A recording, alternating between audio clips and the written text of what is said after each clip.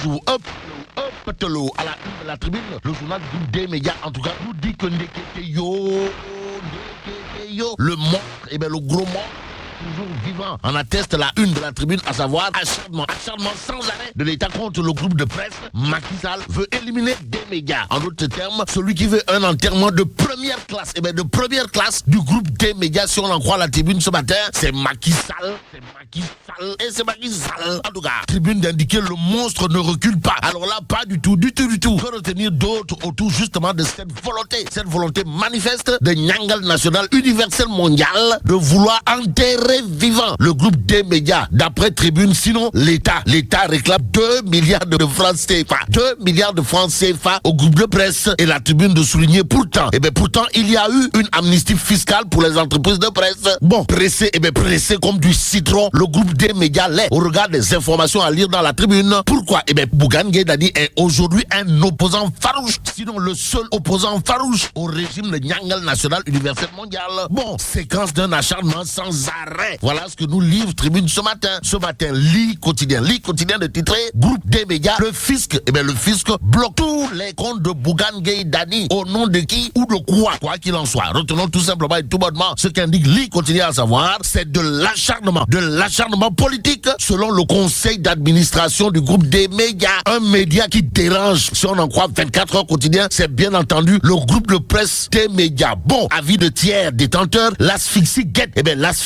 La Sen TV de Bougane Gueye Dany. Voilà ce que nous livre 24 heures. Le journal d'indiquer que les comptes bancaires de la télé bloqués par le centre des moyennes entreprises. L'entreprise est en clair. 24 heures quotidien d'expliquer. Les impôts réclament près de 2 milliards de francs CFA. Près de 2 milliards de francs CFA à la Sen TV. Bon, vers une bataille judiciaire pour défendre cet outil de travail au service exclusif de la vraie démocratie. Voilà ce que note 24 heures quotidien ce matin. Et comme il est dit Boubouke Yabe Wahamade retenons tout simplement et tout bonnement ce que nous livre Direct News, à savoir celui qui serait dans une logique de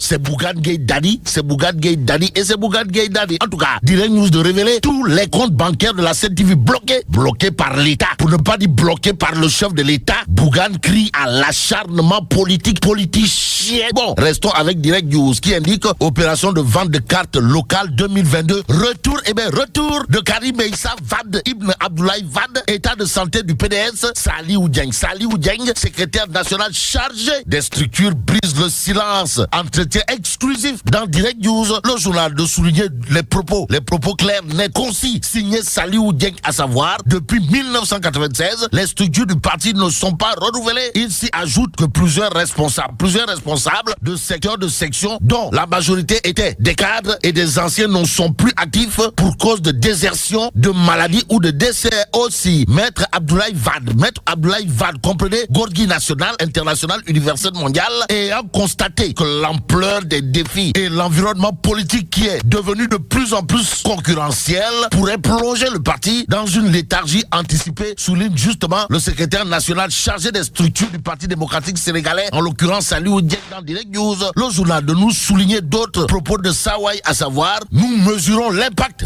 positif de la tournée nationale sur la vie des sections et sa pertinence, et ce qui serait pertinent de relever d'après Direct News autour de la sortie de Saliou Dieng, secrétaire national chargé des structures du PDS, porte sur un fait, à savoir, le PDS reste la première force politique du pays. Lors des élections locales de 2014, il avait gagné 117 mairies, 4 conseils départementaux et une mairie de ville. T'as tu l'aimes PDS, Saliou Dieng, sans contour ni détour de renseigner, toujours dans Direct News, Macky Sall a tout entrepris pour démanteler le PDS, faute de n'avoir pas pu le décapiter en recrutant plusieurs de ses militants qui croyaient capables d'exécuter son projet unique pour les enrôler dans son parti. Et finalement, Dara Fouras, Dixit Saliou Dieng, secrétaire national chargé des structures du Parti démocratique sénégalais, dans Direct News ce matin, Direct News nous amène à Tiva One. Pourquoi faire?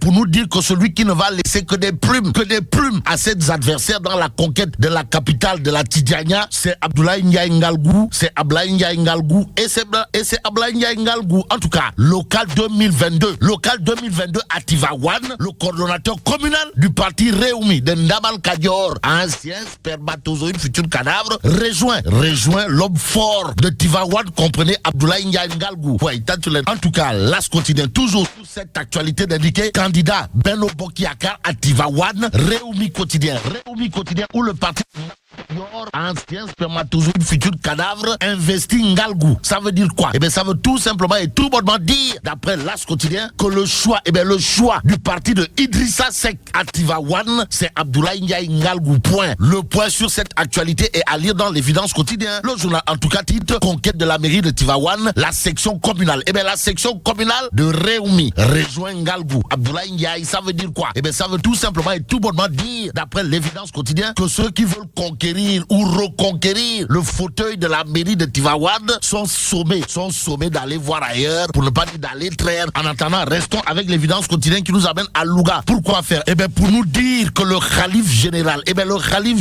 Koulou, responsable de la mouvance présidentielle, c'est Mamour Diallo.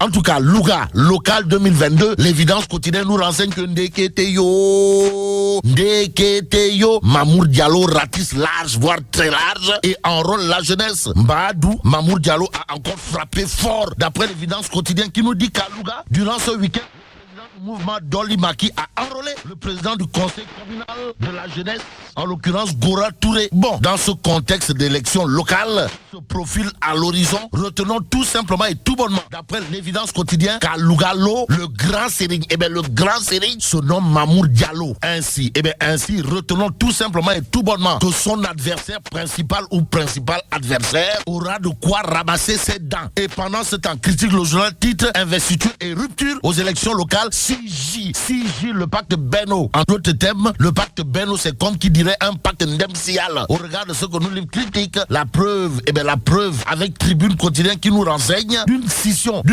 qui se précise dans la coalition Benno Bokk Bakar. Astafourla, Benno Bokk Yakaar en banlieue. En attendant, terminons avec l'As quotidien qui nous livre les propos du cardinal Théodore Adrien Sarr, à savoir les Sénégalais doivent faire attention. Et là, mais là, tu donc de. Ouh, bon, vive le Sénégal.